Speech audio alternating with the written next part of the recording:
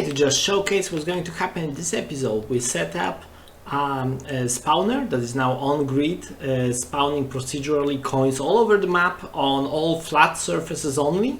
So it just doesn't spawn on, barrels or any places that you can't enter. And now we also have a scoring system which is in our player state, and it is fully multiplayer ready because this is running on dedicated server. And once we hit a threshold of 100 coins, we reduce 100 coins from our inventory and we convert them to a level up. So let me just showcase it really fast. What happens if I collect 100 coins overall? Let's go through all of those.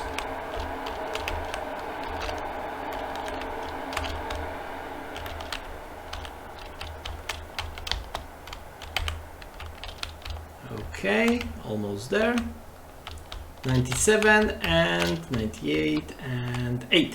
And we are now level 2. So yeah, this is what we're going to do setup in this episode. So let's get started.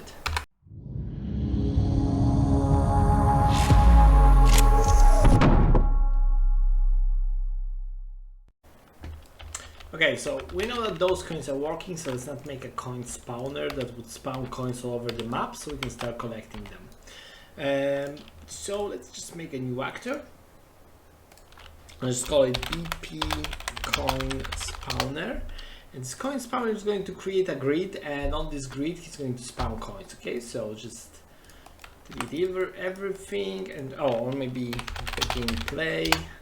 And this we call a function that we need to make, and this function we called spawn all coins. Okay, and we need to have some variables in the actor itself. Let's say grid, and grid will be a vector to the, or you know what? Let's say that it will be grid x, and it's just integer, and let's make a new one which will be grid y, which is also an integer. So send x and y grid. So let's generate the grid. So let's say that the default for those is 10 and 10, and let's add a new value that will be called grid spacing. And this one needs to be a float. And now, very important, all three of those need to be exposed on spawn.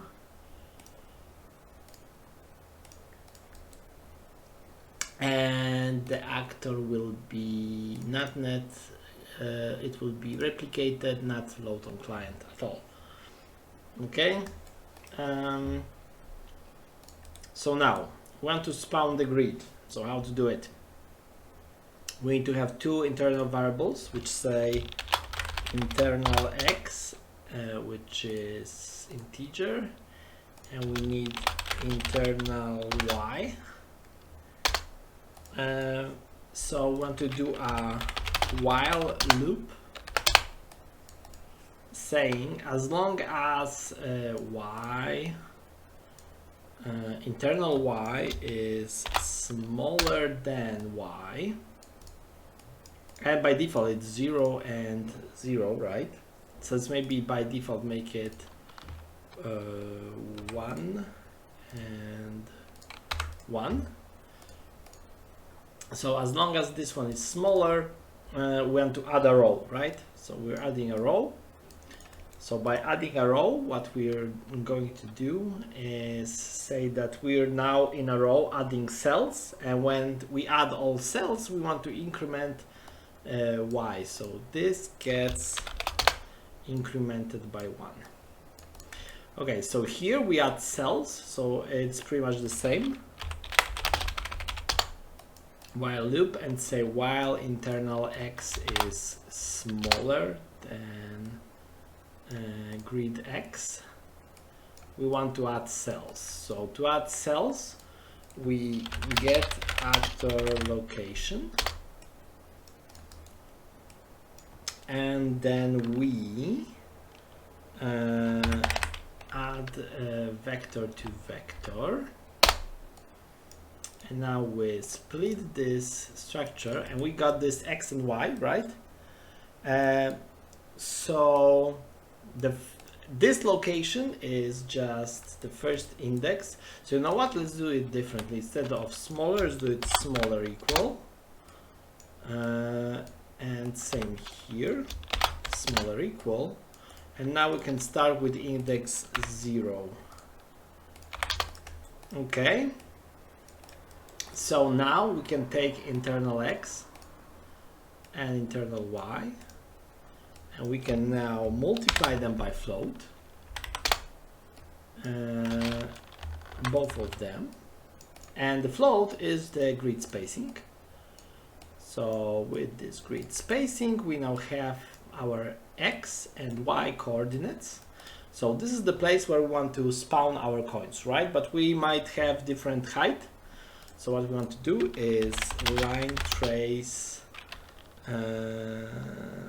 by channel, and the start will be this vector plus vector, and this plus vector is 1000 up, and end will be this vector plus another vector, and this will be minus 2000. So we're doing this trace, and if we hit something with this trace, we want to break this hit result, and I don't really recall how the normal vector works. We're going to print string normal vector, but I suppose this should be a 001 if it's just flat surface, and when this is okay it will just print out. And yeah, so this creates a cell, and by the end of this action we want to increment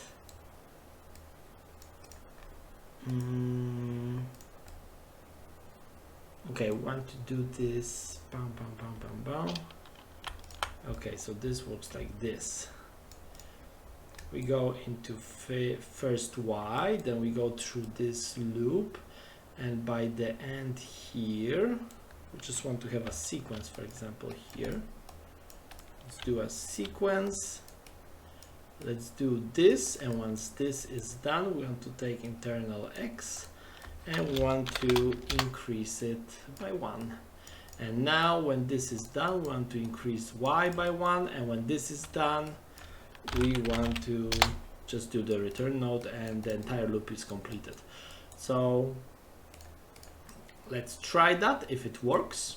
And this is visibility, trait complex known, try to debug none, actors to ignore none, and everything. Okay, so let's just put it here, and I'm not going to do anything. I'm going to test it as one standalone game, and we should, oh wait, let's get this actor, and let's say that our spacing is 2 by 2 and grid spacing is 200 units, so we should get 4 print strings of normal vector. And oh, and we forgot to call the function. Okay, let's go back here, event graph, begin place, say authority.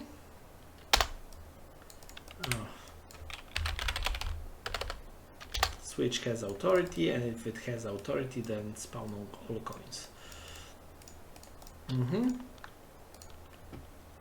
Okay, we got 1, 2, 3. That's one short. And what did it say? It said 001, just as I thought. Okay, so let's go back here. Let's go into spawn all coins and normal break if the in range of 0.99 and 1. 1.01. If it is in this range, then actually spawn actor from class, and this class will be coin, and transform is, well, get actor transform split structure pin, and we're taking split Oh, you know what? Rotation and this is irrelevant, and spawn location is this impact point. It will be impact point plus 50 because we want the coins to be in there. Okay. And this is the coin, and the instigator and owner is nothing. We don't set them because coins will be setting ownership when they're getting picked up. Okay, so let's see now. Okay, so this is like a first row, and it should be 2 by 2, but it's only made one row. Interesting. Let's go back to our spawner. Let's see what did we do wrong here. Okay, grid X.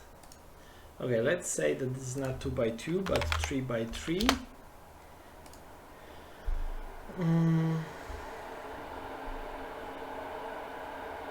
And let's put it like here, and let's decrease the spacing to be only 50. Okay, and let's spawn. Let's see, so this made single row of 4. What? Why did it? Okay, let's go here. So first of all, it was fine. It should be smaller, not smaller equal. And then this should be smaller, not smaller equal. Okay, so when this ends, oh, okay, yeah. And we need to reset internal grid X, because we already put it to the max value, so all other rows don't get even a chance to spawn. So now, wait, here, now this should do properly like 3 by 3. Oh yeah, it still just made a single row. Let's see. Uncompleted. Oh, yeah.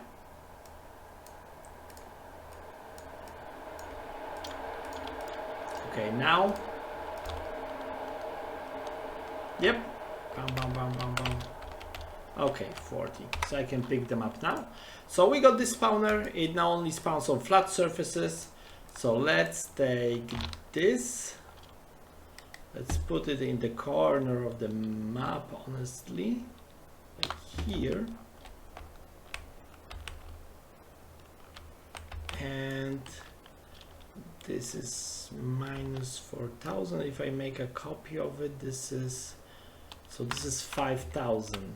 Okay. So let's say I want to make 100 by 100. So this will be 10,000 coins maximum. So this is 5,000. So I want to do 500. No, I would have to say 50. Oh, okay. So let's do less. Let's do 50 by 50, 100, this is 5,000 units. And yeah, let's see how this ends up. Okay, that's a lot. Let's make space. Let's do 30 by 30, and let's do spacing of 300 at least. Okay, that makes a lot more sense. If I eject, they're getting spawned everywhere. Basically, the entire map is now littered with coins, but it doesn't spawn on uneven surfaces, so it doesn't spawn, like it spawns in buildings, doesn't spawn on ramps, doesn't spawn on barrels, doesn't spawn on ramps here, but we got plenty of coins everywhere. So now we have some stuff to pick up, right? So if I possess, now I can go through and pick up coins. And we might want to do something once we pick up enough coins. So this is our next step. So once we gather 100 coins, let's say that we want to say that we have already won, or let's increment our lives or something like that. So now we have 104. We want to reduce item count and give us a level up or something like that. Okay. Let's maybe do a level up on coins collected. So how can we do that? Okay, so on item pickup, what we want to do is go into our inventory inside our test coin and want to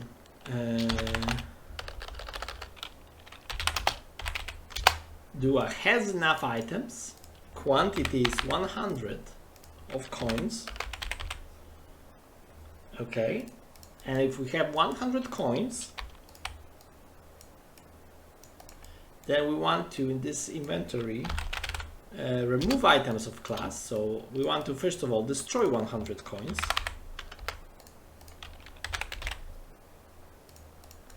And want to, for example, get owner.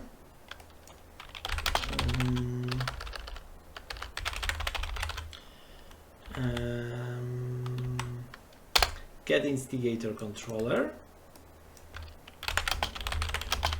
Get player state.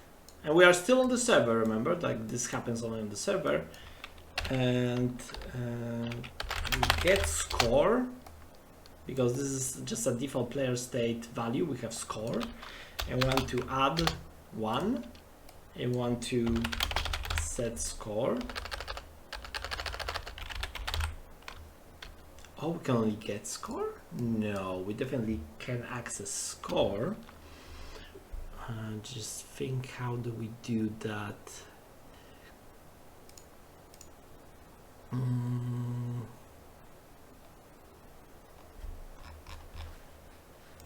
Variables. Let me think for a second. How do you...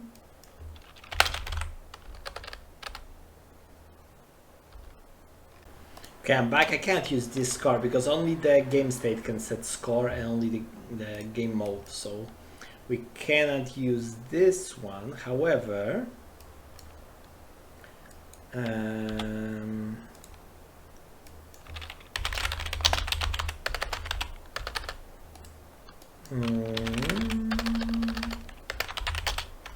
can we get pound directly? Get controlled pound. Oh, we can. Okay, so you can get pound, and we can do some scoring in here, honestly. Or in, you know what, let's do in our player state. So in our player state, which is a custom player state, we can add a variable and say, I don't know, level. Let's call it level. Let's make it integer, and let's it start with 1. And what we want to do is get player state, and from the player state we want to cast to our player state and want to get level, and and of course we want to make it replicated.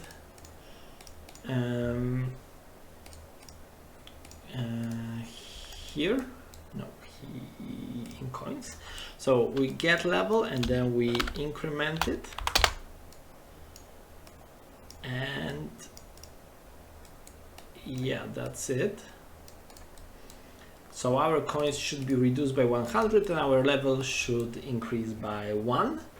And now once we do this, we might want to make this, I mean, we could make it replication notify and notify our character, but we might just go into our UI coins. And by the way, I changed one more thing, that I moved from top-down character, the timer, I moved it to the widget itself, because widget can have a timer, so it's refreshing itself in 0.05 second. So there's that. Let's go here. Let's maybe add a second text here. and maybe let's do it like this, and let's create a binding, and this binding will be get players and get control.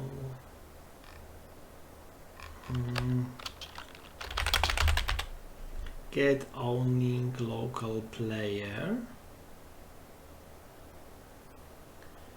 Get owning player, get owning local. What's the difference really? Let's get owning player, and this returns player controller. So get player state, and it's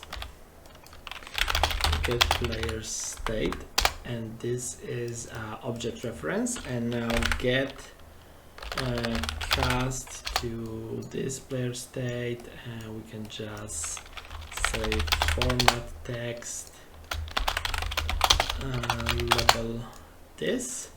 You can say level, and now this happens. So let's see if it works. Hit play. There are a lot of coins, we collect them. Let's get 100 of those.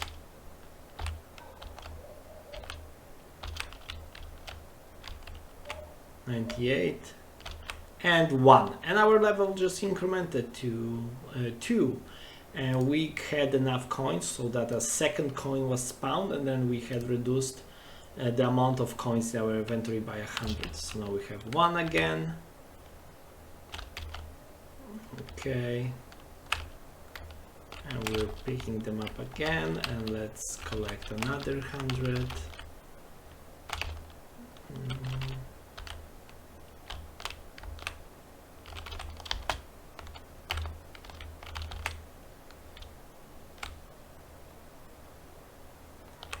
$94 and okay 4. So yeah, it works, and level is 3. So now we can make a race between 2 players, and we can compare score of multiple players and see who wins.